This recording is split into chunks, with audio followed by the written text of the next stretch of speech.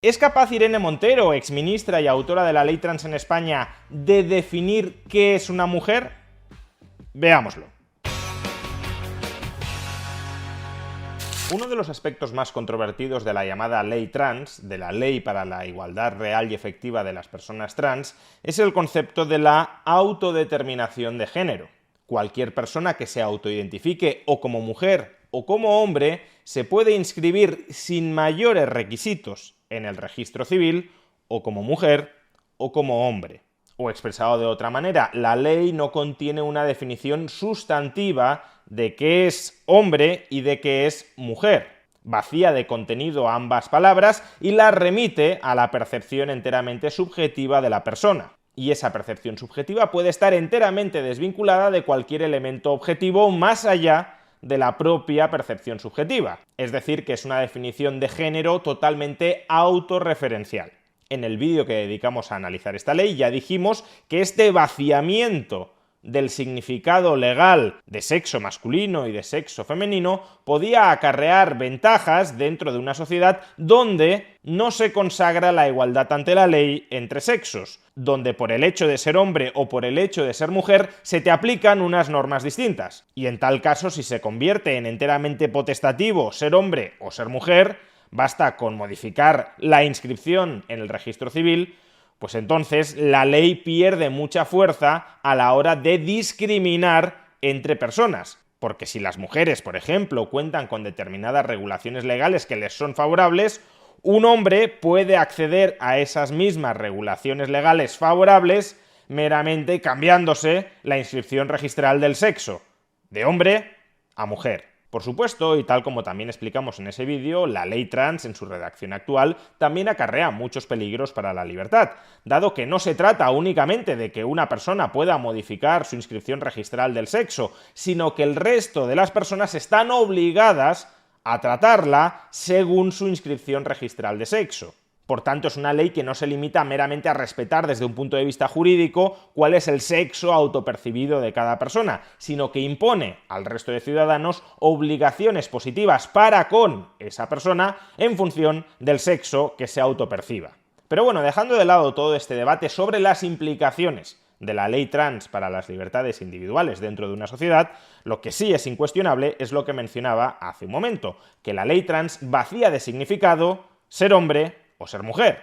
Y esta característica, no sé si virtud, no sé si defecto, pero esta característica de la ley trans es algo que los propios impulsores de la ley trans han intentado negar y ocultar durante mucho tiempo. Por ejemplo, en el debate entre candidatos a las elecciones generales del 23 de julio, Santiago Abascal, el candidato de Vox, le preguntó a la candidata de Sumar, Yolanda Díaz, representante del espacio político que aprobó la ley trans, le preguntó Santiago Abascal a Yolanda Díaz qué es una mujer y ésta no supo contestar.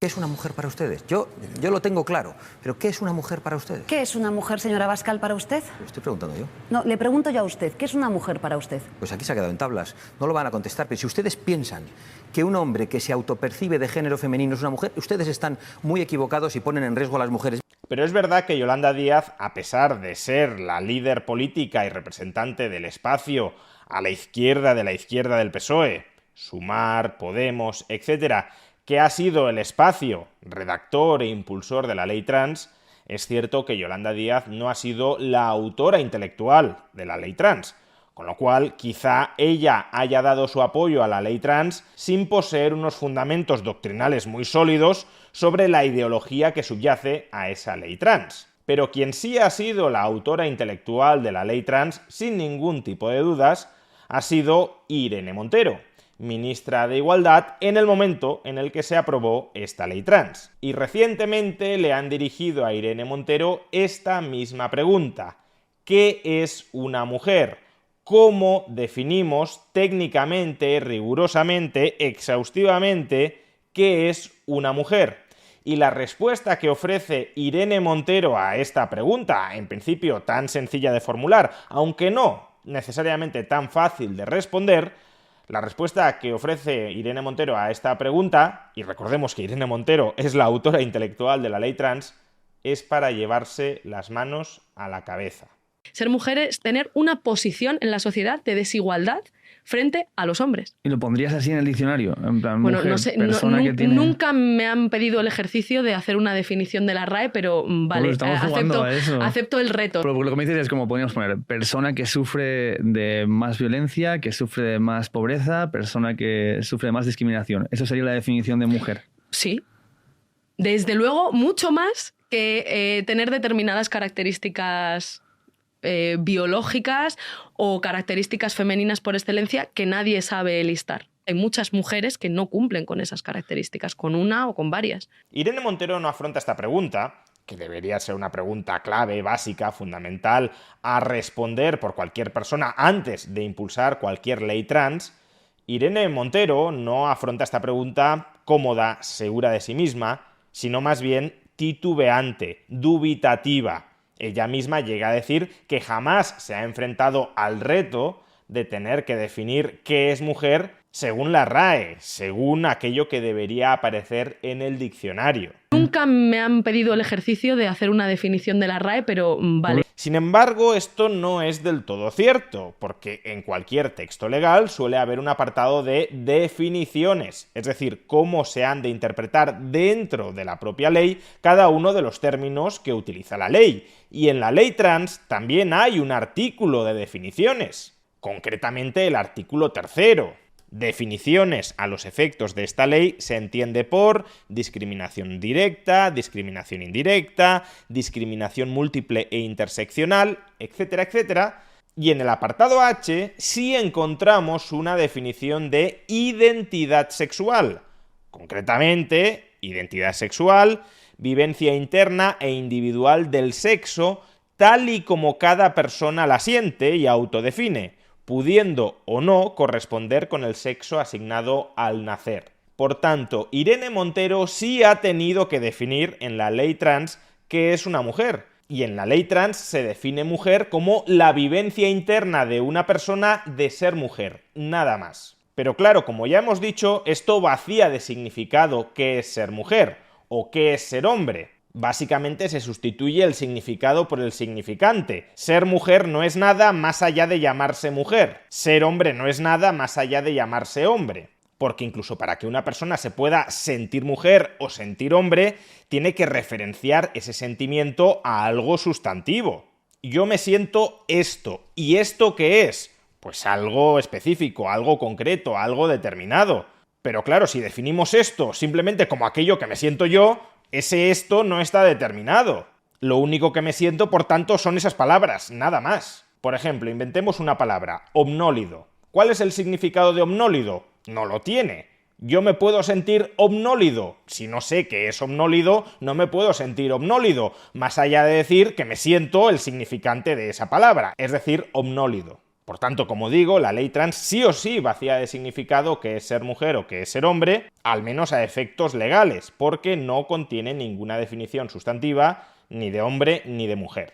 Y como el entrevistador le está pidiendo un significado que no sea meramente un significante, Irene Montero titubea, pero al final termina ofreciendo una definición. Y esa definición exhaustiva, porque es la definición que Irene Montero colocaría en la RAE de qué es ser mujer, esa definición exhaustiva, recordémoslo, es la siguiente. Pero lo que me dices es como podríamos poner persona que sufre de más violencia, que sufre de más pobreza, persona que sufre de más discriminación. ¿Eso sería la definición de mujer? Sí.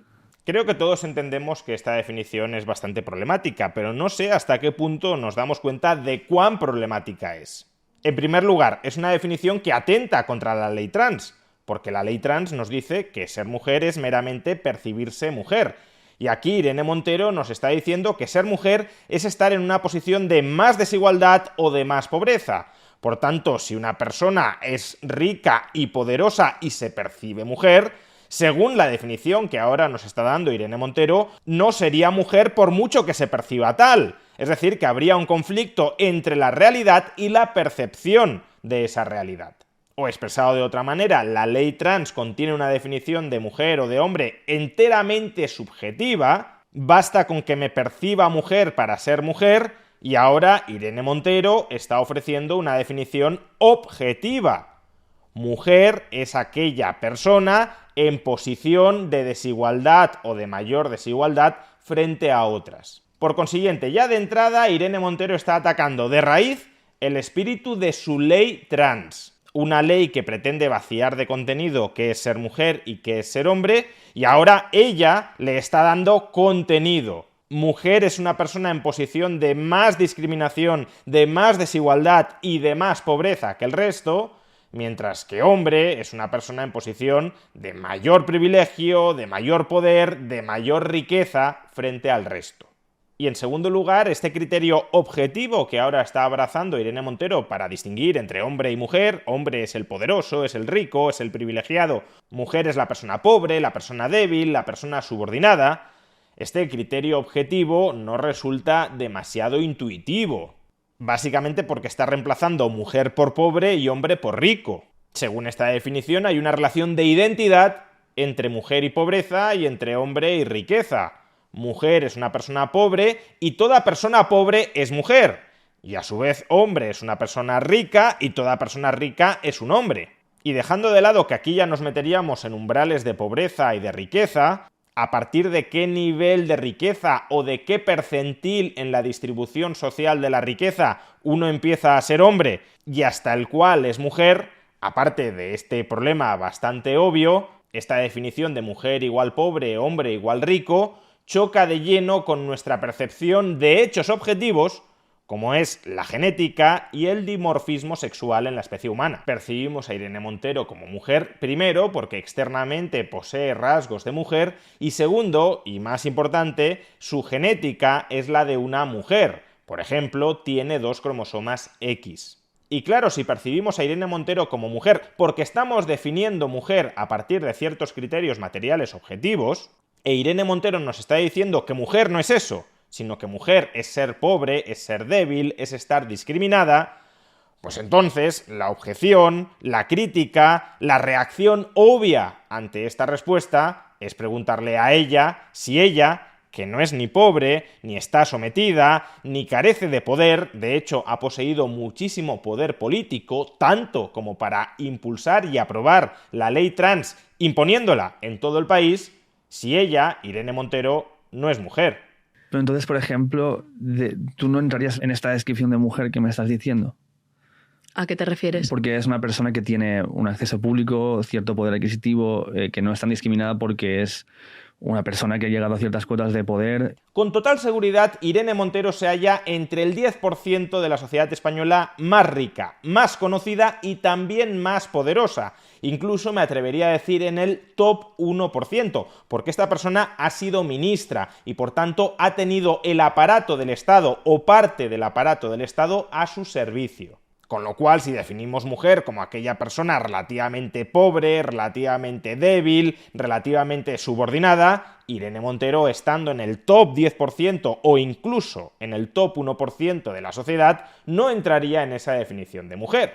Si ella fuera honesta y consecuente, debería decir, pues sí, según la definición que te he dado de mujer, yo no encajo en esa definición. Por tanto, según esta definición, yo no soy mujer. Y a partir de ahí, una de dos: o revisamos la definición porque parece un disparate decir que Irene Montero no es una mujer, o aspiramos a resignificar tantísimo el término mujer como para que, cuando escuchemos que Irene Montero no es una mujer, no nos sorprenda, porque si Irene Montero es rica y poderosa, pues entonces no es mujer.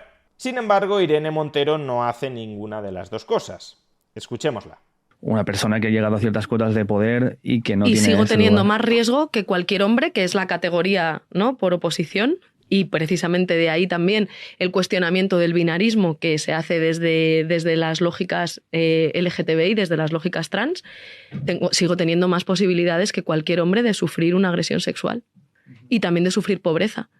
Seguramente, si lo mismo que yo hago lo hiciese siendo hombre, tendría muchas más posibilidades de éxito. Claro, es que al ser una categoría cultural no se define solamente por sí misma, sino en relación a, digamos, en este caso, si la mujer tiene unas condiciones de desigualdad, a quien tiene una posición de poder, o de ventaja, o de privilegio. Fijaos en la trampa que está perpetrando aquí Irene Montero. Irene Montero está diciendo que ella sí es mujer porque ella sí tiene más probabilidades de sufrir una agresión sexual que un hombre, o porque ella está más discriminada o está en una posición de mayor desigualdad que un hombre. Pero por un lado, ella, sin explicitarlo, está pensando que está más discriminada, está en posición de mayor desigualdad, tiene mayor probabilidad de sufrir una agresión sexual que un hombre que supuestamente está en su mismo nivel o tiene su mismo estatus. Esto, como digo, sin explicitarlo tal cual, lo deja entrever en esta frase. Seguramente, si lo mismo que yo hago lo hiciese siendo hombre, tendría muchas más posibilidades de éxito. Es decir, que Irene Montero nos está diciendo que ella es mujer porque ella, en comparación con, por ejemplo, Pedro Sánchez, es más pobre, está en una situación de mayor discriminación o sufre una mayor probabilidad de agresión sexual. Porque evidentemente Irene Montero ni es más pobre, ni es más vulnerable, ni está más discriminada, ni se enfrenta a una mayor probabilidad de sufrir una agresión sexual que, por ejemplo, un niño varón pobre de Filipinas o de Tailandia. Pero démonos cuenta de las implicaciones absurdas de todo esto. Irene Montero, en ese caso, sería mujer frente a Pedro Sánchez, pero en cambio sería hombre frente al niño varón de Filipinas y pobre. Porque si no aceptamos esta implicación de las definiciones que nos ha dado Irene Montero, es que lo estamos definiendo de otra manera que no estamos explicitando. Expresado de otra manera, fuera cual fuera la situación social y económica de Irene Montero, fuera cual fuera, ella siempre diría que es mujer.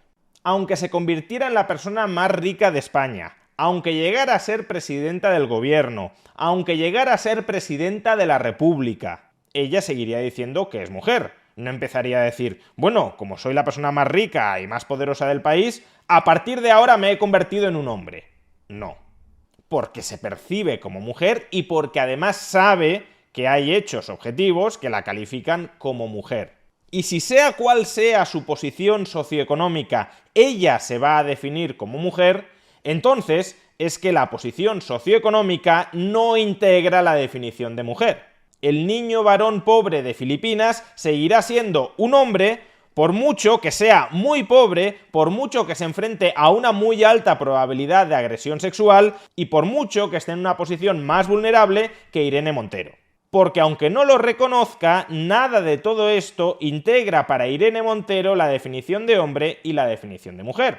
Otra cosa es que Irene Montero nos quiera decir que en términos promedio las mujeres están más discriminadas, son más vulnerables, sufren más la pobreza que los hombres, algo que es discutible pero que en todo caso se puede afirmar como parte de un debate sano. Pero démonos cuenta, primero, de que para poder afirmar esto, que por ejemplo las mujeres ganan menos que los hombres, previamente tenemos que tener una definición de hombre y de mujer que no esté vinculada con los ingresos. Porque si definimos mujer como pobre y hombre como rico, por definición, siempre las mujeres ganarán menos que los hombres. Porque en cuanto una persona con 2 cromosomas X, es decir, una mujer, se vuelva rica, la clasificaríamos como hombre. Y por otro lado, que ser mujer suele ir aparejado, según Irene Montero, a la pobreza, la vulnerabilidad, la discriminación, no implica que eso deba estar metido dentro de la definición de mujer. Por ejemplo, en 2019 el 93% de los graduados en logopedia fueron mujeres. ¿Tendría sentido que cuando definamos qué es un logopeda metamos mujer en la definición de logopeda porque la inmensa mayoría de graduados en logopedia son mujeres? Pues obviamente no. Y aquí lo mismo, aunque la inmensa mayoría de mujeres fueran pobres y estuvieran discriminadas, o aunque la mayoría de pobres fueran mujeres, eso no significa que haya que meter ni mujer en la definición de pobre, ni pobre en la definición de mujer. En definitiva, esto es lo que sucede cuando uno busca politizar irracionalmente las palabras para convertirlas en armas arrojadizas, que termina cayendo víctima de sus propias incongruencias y despropósitos.